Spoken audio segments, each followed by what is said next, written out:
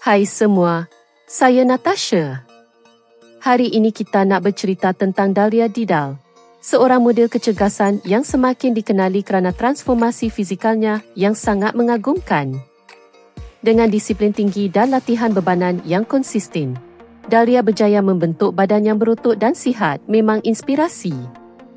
Di media sosial, dia ada lebih daripada 430,000 pengikut dan sering berkongsi rutin senaman serta tip-tip kecergasan.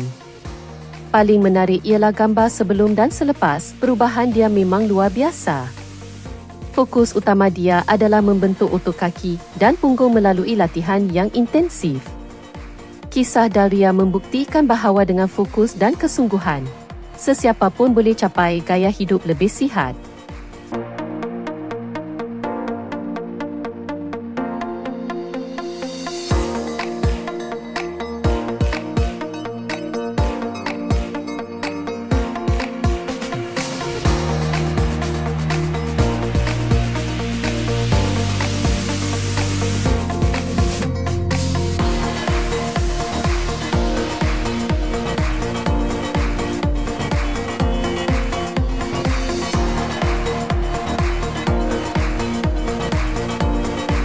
Kongsi pendapat anda di ruangan komen.